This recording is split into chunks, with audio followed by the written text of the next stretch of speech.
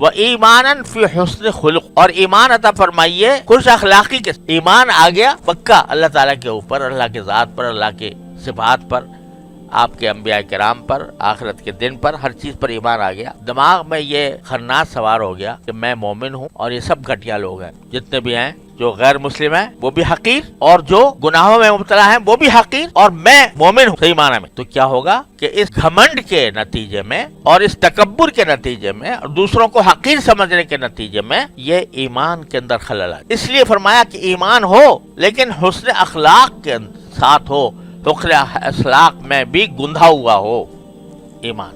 اللہ کے کسی بھی بندے کو حقیر نہ سمجھو، اپنے آپ کو کسی سے بھی بڑا نہ سمجھو، اپنے آپ کو کسی سے افضل نہ سمجھو۔ تو اس لیے ایمان آ گیا الحمدللہ، اللہ کا شکر ہے، لیکن اس کے ساتھ دوسرے لوگوں کی تحقیر آ گئی، اور تحقیر کی وجہ سے ان کے ساتھ میرا رویہ خراب ہو گیا، میں ان کے ساتھ تلخی کرنے لگا، میں ان کی توہین کرنے لگا، میں ان کو برا بھلا کہنے لگا، یا برا بھلا کم از کم دماغ میں سمجھنے لگا۔ تو کیا ہوا؟ ایمان جو تھا اس کا صحیح استعمال نہ ہوا۔ اس کے نتیجے میں باوجود اس کے کہ پکا ایمان تھا، لیکن یہ اس نے اس میں رکھنا ڈال، اس بدخلقی نے، بد اخلاقی نے، دوسروں کی تحقیر نے اس میں رکھنا ڈال۔ اس لیے فرمایا کہ ایمانن فی حسن خلق، ایمان کیا ہو جو حسن خلق، خوش اخلاقی کے ساتھ ہو، کسی کو بھی میں حقیر نہ سمجھوں۔ ایک جملہ شاید آپ نے سنا ہو کبھی کہ بعض صوفیہ نے کہا ہے کہ صحیح مومن وہ ہے جو اپنے آپ کو کافر فرنگ سے بھی افضل نہ سمجھ، کافر فرنگ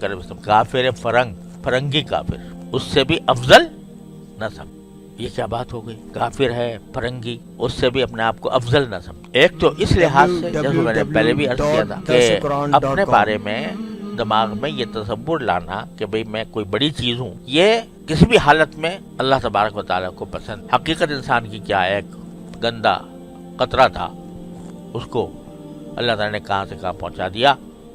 تو اس لیے ایک تو یہ وجہ ہے کہ بھئی جب میں گندگی سے میری پیدائش ہوئی ہے تو میں کیسے کہوں کہ بھئی وہ بھی گندگی سے پیدا ہوا تو اسے افضل کیسے ہوگی؟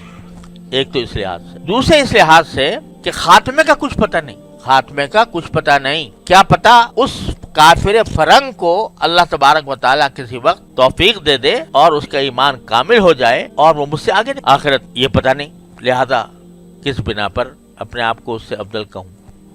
ایک بزرگ کا واقعہ حضرت تھانوی رحمۃ اللہ نے لکھا ہے کہ جو اس کو کسی بیوقوف نے ان کو یہ گالی دے دی کہ تم کتے سے بدتر ہو، بزرگ کو، متقی پرہیزگار آدمی، ان کو کہہ دیا تم کتے سے بدتر ہو۔ تو انہوں نے جواب میں کہا بھائی ابھی تو میں تمہاری بات کی تردید نہیں کر سکتا، اگر اللہ میاں نے مجھے ایمان کے ساتھ اٹھا لیا پھر تو میں کہوں گا تم غلط کہہ رہے تھے، اور اگر خدا نہ کرے میرا خاتمہ خراب ہوا تو پھر تمہاری بات صحیح ہے کہ کتے سے کم از کم باز پوچھ تو نہیں ہوگی، اس کو جہنم دوزخ سے کا سامنا تو نہیں کرنا پڑے گا، لہذا میں ابھی تمہاری بات کی تردید نہیں۔ دوسرا ہوتا کیا کہتے تو کتے سے بدتر، تیرا باپ کتے سے بدتر، لیکن انہوں نے اس کو ایک مسئلہ بنا کہ ابھی تو میں تمہاری بات کی تردید نہیں کر سکتا، اگر دنیا سے چلا گیا ایمان کے ساتھ تو پھر بے شک بہتر ہوں گا، ورنہ تم صحیح کہتے ہو۔ تو اس واسطے ایمان کے ساتھ بعض اوقات یہ تکبر لگ جاتا ہے، دوسروں کی تحقیر لگ جاتی ہے، اس تکبر اور تحقیر کے نتیجے میں خود اس ایمان میں خلل آ جاتا ہے۔ لہذا سرکار دو عالم صلی اللہ علیہ وسلم نے ایمان مانگا